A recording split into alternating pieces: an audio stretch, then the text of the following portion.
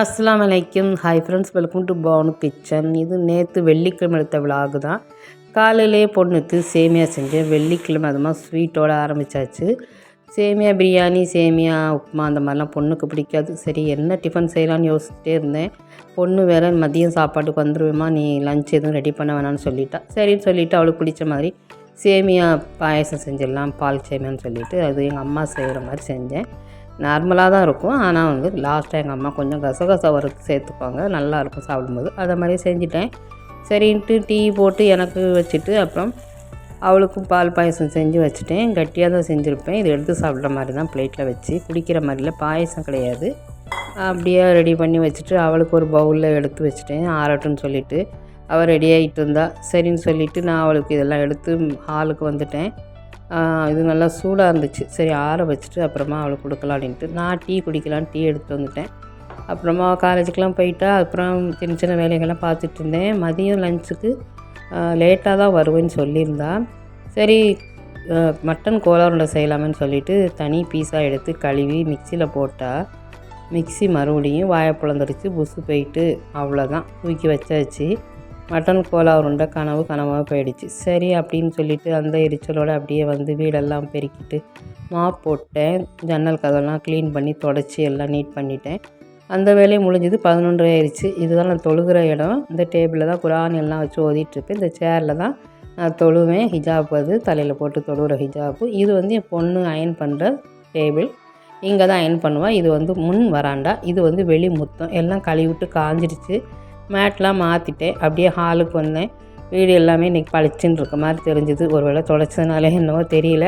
சரின்னு சொல்லிவிட்டு அப்படியே சின்னதாக ஒரு வீடியோ, அவ்வளோதான், மொபைலை எடுத்துக்கிட்டு அப்படியே வந்துட்டு இருந்தேன். சரி நானே பார்த்துட்டு இருந்தேன். சரி இன்றைக்கி வீடு நம்ம கொஞ்சம் நீட் பண்ண மாதிரி தான் இருக்குது. தரையெல்லாம் ஒரே தூசி. பக்கத்தில் வீடு கட்டுறாங்க, ரொம்ப தூசி. காற்று வேறு நல்லா அடிக்குதா. வீடு எப்படி தான் நான் கதவை அடைச்சி வச்சாலும் எங்கேருந்து தான் வரும்னே தெரியல. அதுவும் எனக்கு பிடிக்காதது தூசி ஒன்று தான். அது வந்து இருக்கும்போது எனக்கு அவ்வளோ கோவம் வரும். சரி இன்றைக்கி ஒரு மாவு போட்டால் நல்லா போட்டாச்சு. சரி மாவு போட்டது வீடே மட்டும் வெள்ளிக்கிழமை அதுமான்னு சொல்லிவிட்டு பத்தியை பொருத்தி வச்சுட்டு அப்புறமா ஒரு சாம்பார் ஸ்டிக்கையும் பொருத்தி வச்சுட்டேன். வீடு ஃபுல்லாகவே செமையான மனம் நல்லா இருந்துச்சு. என் பொண்ணுன்னு தான் சொல்லுவாள், வீடு தர்கா மாதிரி இருக்குதுன்னு சொல்லுவாள் எப்போவும். ஆமாம், அந்த மாதிரி கமகமன்னு இருக்கும். சரின்னு கிச்சனுக்கு வந்து அப்படியே 11:30 ஆயிடுச்சு. சரி சமையல் செய்யலான்னு சொல்லிவிட்டு வெங்காயம் எல்லாமே காலி. தாத்தா 2-3 நாளாக வரவே இல்லை. காய்கறி தாத்தா என்னன்னு தெரியல.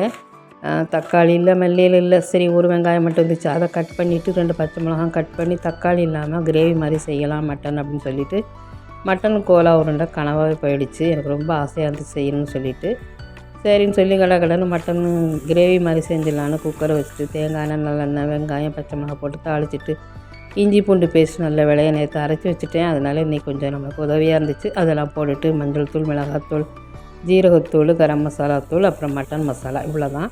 எல்லாம் போட்டுட்டு வேறு எந்த மசாலாவும் கிடையாது. நான் அரைக்கவும் இல்லை, மிக்ஸி ஜார் போனதுனால என்னால் அரைக்க முடியல.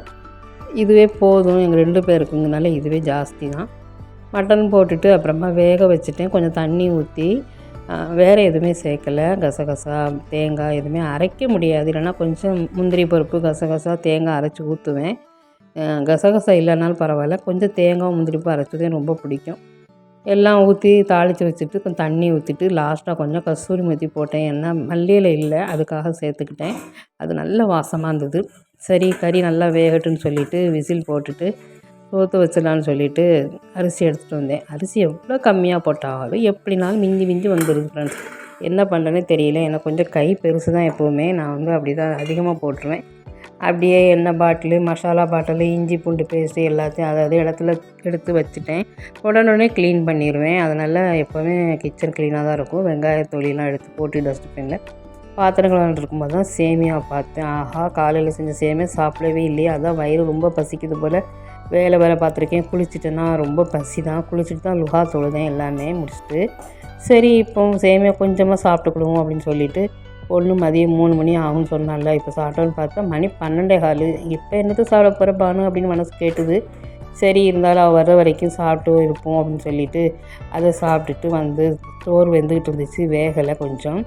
சரி ரசம்லாம் சூடு பண்ணி வச்சுட்டு பாத்திரத்தை நம்ம கழுவி வச்சிடலாம்னு சொல்லிவிட்டு பாத்திரம்லாம் கழுவி வச்சுட்டேன். பாத்திரம் கழுவிட்டு எல்லாத்தையுமே க்ளீன் பண்ணிட்டேன். முடிஞ்சது வேலை. சோறும் வந்துடுச்சு. சரின்னு சொல்லிவிட்டு சோத்தையும் வடிச்சிட்டு எல்லாமே க்ளீனாக இருக்குல்ல அப்படி மனசுக்கு ரொம்ப சந்தோஷமாக இருந்துச்சு.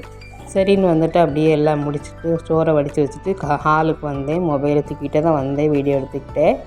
வரும்போது தான் மணியை பார்த்தேன். மணி 12:35 ஆயிடுச்சு. சரி நம்ம பெண்கள் வீட்டில் சீக்கிரமாகவே தொழலாம் பாங்க சொன்ன உடனே. அதனால் நான் பாட்டுக்கு சரி நம்ம வேலையெல்லாம் முடிஞ்சிருச்சுல நிம்மதியாக தொழுதுவோம் அப்படின்னு சொல்லிட்டு தொழுதுட்டு கொஞ்சம் நேரம் டிவி பார்த்துட்டு இருந்தேன். அப்புறம் எனக்கு நல்ல பசி வந்துடுச்சு. பொண்ணு வர்றதுக்கு லேட்டாகும் போலன்ட்டு 2:30 மணிக்கு சாப்பிட ஆரம்பிச்சிட்டேன். அதுக்கப்புறம் தான் அவள் வந்தா. சரி சாப்பிடுவோம் அப்படின்னு சொல்லிட்டு மட்டன் திறந்து பார்த்தேன். சூப்பரான ஸ்மெல்லு, சாம்பிராணி அகர்பத்தியெல்லாம் தாண்டி அப்படி ஒரு ஸ்மெல்லு வீடு ஃபுல்லாக.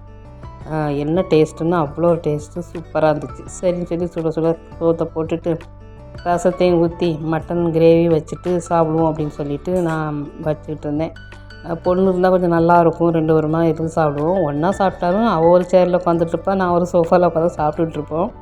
எப்போவுமே அவள் டிவி பார்த்துட்டு அங்கே பார்த்து சாப்பிட்டுட்ருப்பா, நான் இங்கே பார்த்து இப்படி சாப்பிட்டுட்ருப்பேன். இருந்தாலும் அவள் கூட இருந்தால் கொஞ்சம் நல்லா இருக்க மாதிரி தோணுச்சு. ஏன்னா இப்போ 1 வாரமாக அவள் கூடவே இருந்தா. இப்போ காலேஜுக்கு போயிட்டா.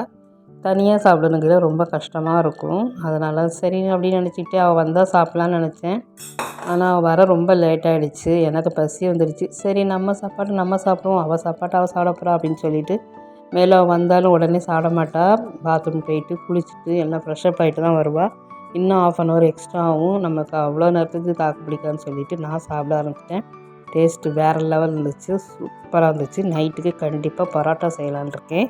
பொண்ணுக்கு பரோட்டான்னு ரொம்ப பிடிக்கும். சரின்னு சொல்லி அவளுக்கு செஞ்சு கொடுக்கணும்னு வச்சுருக்கேன்.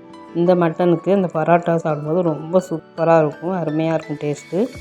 ஓகே ஃப்ரெண்ட்ஸ், ரொம்பவே சூப்பரான சாப்பாடு, சூப்பரான டே, ரொம்ப அருமையாக இருந்துச்சு. இந்த வீடியோ பிடிச்சா லைக் பண்ணுங்கள், ஷேர் பண்ணுங்கள், கமெண்ட் பண்ணுங்கள். தேங்க்ஸ் ஃபார் வாட்சிங்.